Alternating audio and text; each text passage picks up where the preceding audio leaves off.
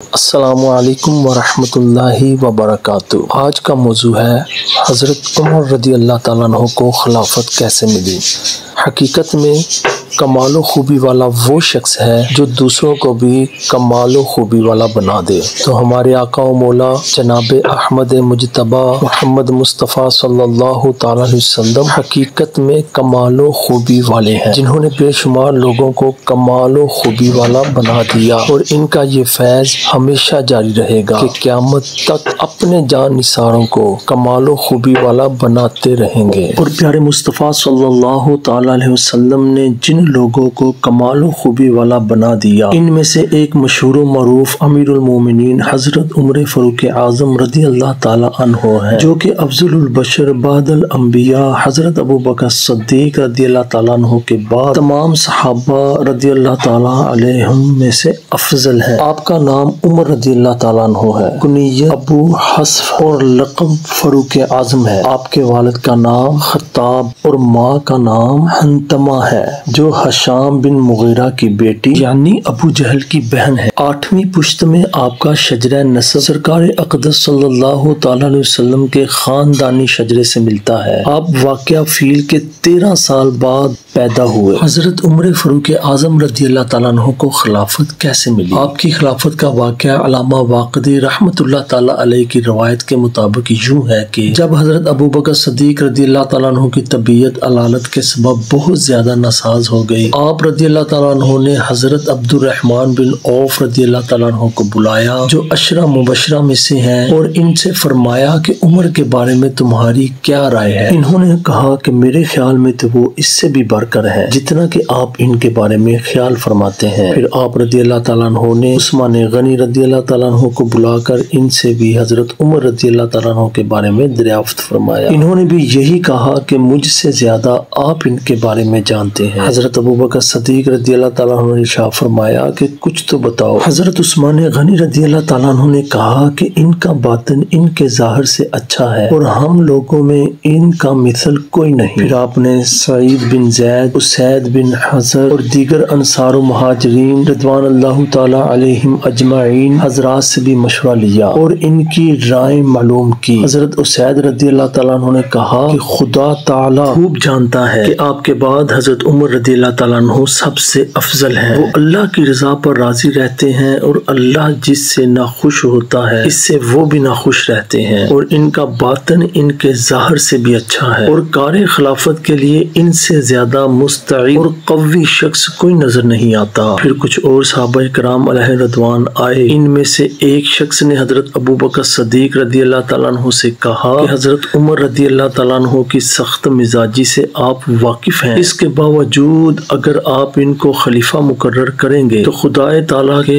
یہاں کیا جواب دیں گے؟ آپ رضی اللہ تعالیٰ عنہ نے فرمایا، خدا کی قسم تم نے مجھ کو خوف زدہ کر دیا، مگر میں بارگاہ خداوندی میں عرض کروں گا، یا الہ العالمین، میں نے تیرے بندوں میں سے بہترین شخص کو خلیفہ بنایا ہے، اور اے اعتراض کرنے والے، یہ جو کچھ میں نے کہا ہے تم دوسرے لوگوں کو بھی پہنچا دینا۔ اس کے بعد آپ نے حضرت عثمان غنی رضی اللہ تعالیٰ عنہ کو بلا کر فرمایا، لکھیے بسم اللہ الرحمن الرحیم۔ یہ وصیت نامہ ہے جو ابو بکر بن ابو قحافہ نے اپنے آخری زمانہ میں دنیا سے رخصت ہوتے وقت اور عہد آخرت کے شروع میں عالم بالا میں داخل ہوتے وقت لکھایا ہے۔ یہ وہ وقت ہے جب کہ ایک کافر بھی ایمان لے آتا ہے، ایک فاسق و فاجر بھی یقین کی روشنی حاصل کر لیتا ہے، اور ایک جھوٹا بھی سچ بولتا ہے۔ مسلمانوں، اپنے بعد میں نے تمہارے اوپر عمر بن خطاب رضی اللہ تعالیٰ عنہ کو خلیفہ منتخب کیا ہے۔ ان کے احکام کو سننا اور ان کی اطاعت و فرما برداری کرنا۔ میں نے حتی الامکان خدا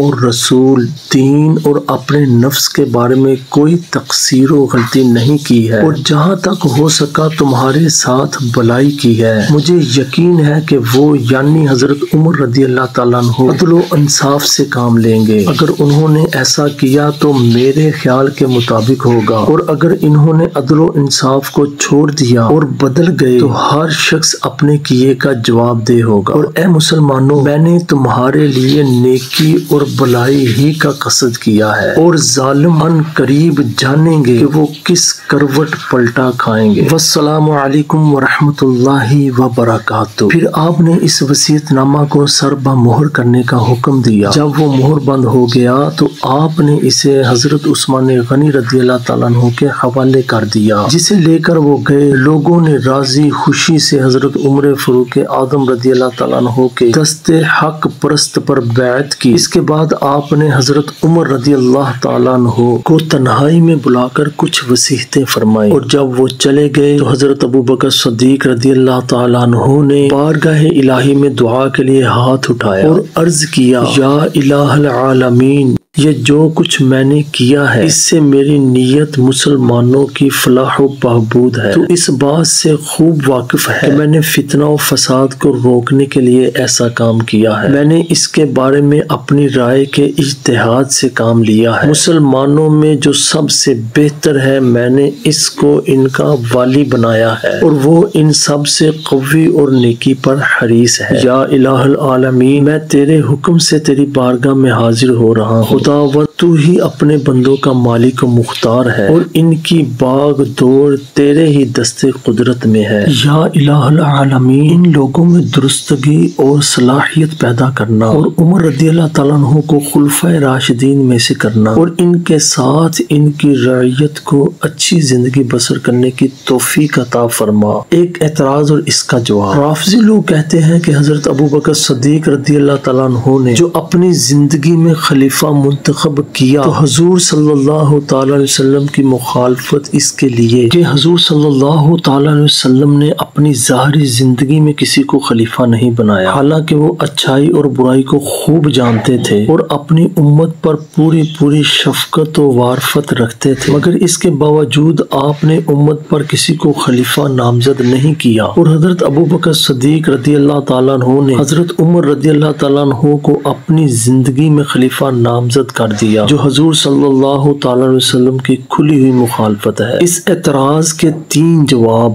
حضرت شاہ عبد العزیز صاحب محدث دہلوی رحمۃ اللہ تعالی علیہ نے تحریر فرمائے ہیں، اور وہ یہ: پہلا جواب یہ کہ حضور صلی اللہ تعالی علیہ وسلم کا اپنی ظاہری زندگی میں امت پر خلیفہ نہ بنانا کھلا ہوا جھوٹ اور بہتان ہے، اس لیے کہ رافضی سب کے سب اس بات کے قائل ہیں کہ حضور صلی اللہ تعالی علیہ وسلم نے حضرت علی رضی اللہ تعالیٰ عنہ کو خلیفہ بنایا تھا، لہٰذا اگر حضرت ابوبکر صدیق رضی اللہ تعالیٰ عنہ نے بھی سنت نبوی کی پیروی میں خلیفہ منتخب کر دیا تو اس میں مخالفت کہاں سے لازم آئے گی؟ اور اگر جواب کی بنیاد مذہب اہل سنت پر رکھیں تو اہل سنت کے محققین اس بات کے قائل ہیں کہ سرکار اقدس صلی اللہ تعالی علیہ وسلم نے حضرت ابوبکر صدیق رضی اللہ تعالیٰ عنہ کو نماز اور حج میں اپنا نائب و خلیفہ بنایا ہے، اور صحابہ کرام رضی اللہ تعالیٰ عنہ جو حضور صلی اللہ تعالی علیہ وسلم کے رمز شناس، آپ کے کاموں کی باریکیوں سے آگاہ اور آپ کے اشاروں کو اچھی طرح سمجھتے تھے، ان کے لیے اتنا ہی اشارہ کافی تھا، اور حضرت ابوبکر صدیق رضی اللہ تعالیٰ عنہ نے نہ صرف اس نقطہ نظر سے خلافت نامہ لکھوایا کہ عرب و عجم کے 9 مسلم بغیر تصریح و تنصیص کے اس سے واقف نہ ہو سکیں گے، اور دوسرا جواب یہ ہے کہ سرکار دو عالم صلی اللہ تعالی علیہ وسلم نے اس وجہ سے خلیفہ نہیں مقرر فرمایا کہ آپ وحی الہی سے پورے یقین کے ساتھ جانتے تھے کہ آپ کے بعد حضرت ابوبکر صدیق رضی اللہ تعالیٰ عنہ ہی خلیفہ ہوں گے، صحابہ کرام علیہ رضوان انہی پر اتفاق کریں گے اور کوئی دوسرا اس میں دخل اندازی نہیں کر سکے گا۔ چنانچہ احادیث کریمہ جو اہل سنت کی صحیح کتابوں میں موجود ہیں اس بات پر واضح طریقہ سے دلالت کرتی ہیں۔ مثلا حضور صلی اللہ تعالی علیہ وسلم نے فرمایا، یعنی اللہ اور مسلمان ابو بکر کے سوا کسی کو قبول نہ کریں گے، اور حدیث شریف میں ہے یعنی میرے بعد ابو بکر خلیفہ ہوں گے، اور جب حضور صلی اللہ تعالی علیہ وسلم کو یقین کامل تھا کہ خلیفہ حضرت ابو بکر صدیق رضی اللہ تعالیٰ عنہ ہی ہوں گے تو خلافت نامہ لکھنے کی کوئی حاجت نہ تھی۔ چنانچہ مسلم شریف میں ہے کہ مرض وفات میں حضور صلی اللہ تعالی علیہ وسلم نے حضرت ابو بکر صدیق رضی اللہ تعالیٰ عنہ اور ان کے صاحبزادے کو بلایا تاکہ خلافت نامہ لکھیں، پھر فرمایا کہ خدا تعالیٰ اور مسلمان مسلمان ابو بکر کے علاوہ کسی اور کو خلیفہ نہیں بنائیں گے، لکھنے کی حاجت کیا ہے؟ تو آپ نے ارادہ ترک فرما دیا، بخلاف حضرت ابو بکر صدیق رضی اللہ تعالیٰ عنہ کے کہ آپ کے پاس وحی نہیں آتی تھی اور نہ آپ کو اس بات کا قطعی علم تھا کہ میرے بعد لوگ بلا شبہ عمر بن خطاب کو خلیفہ بنائیں گے، اور اپنی عقل سے اسلام اور مسلمانوں کے لیے حضرت عمر رضی اللہ تعالیٰ عنہ کی خلافت کو اچھا سمجھتے تھے۔ اس لیے ان پر ضروری تھا کہ جس چیز میں امت کی بھلائی دیکھیں اس پر عمل کریں۔ بحمد اللہ تعالیٰ آپ کی عقل نے صحیح کام کیا اور اسلام کی شوکت، انتظام، امور سلطنت اور کافروں کی ذلت جس قدر حضرت عمر رضی اللہ تعالیٰ عنہ کے ہاتھوں ہوئی، تاریخ اس کی مثال پیش کرنے سے عاجز ہے۔ اور تیسرا جواب یہ کہ خلیفہ نہ بنانا اور چیز ہے اور خلیفہ بنانے سے منع کرنا اور چیز ہے۔ مخالفت جب لازم آتی ہے کہ حضور صلی اللہ تعالی علیہ وسلم خلیفہ بنانے سے روکتے اور حضرت ابو بکر صدیق رضی اللہ تعالیٰ عنہ خلیفہ بنا دیتے، اور اگر خلیفہ بنانا حضور صلی اللہ تعالی علیہ وسلم کی مخالفت کرنا ہے تو لازم آئے گا کہ حضرت علی رضی اللہ تعالیٰ عنہ نے حضرت امام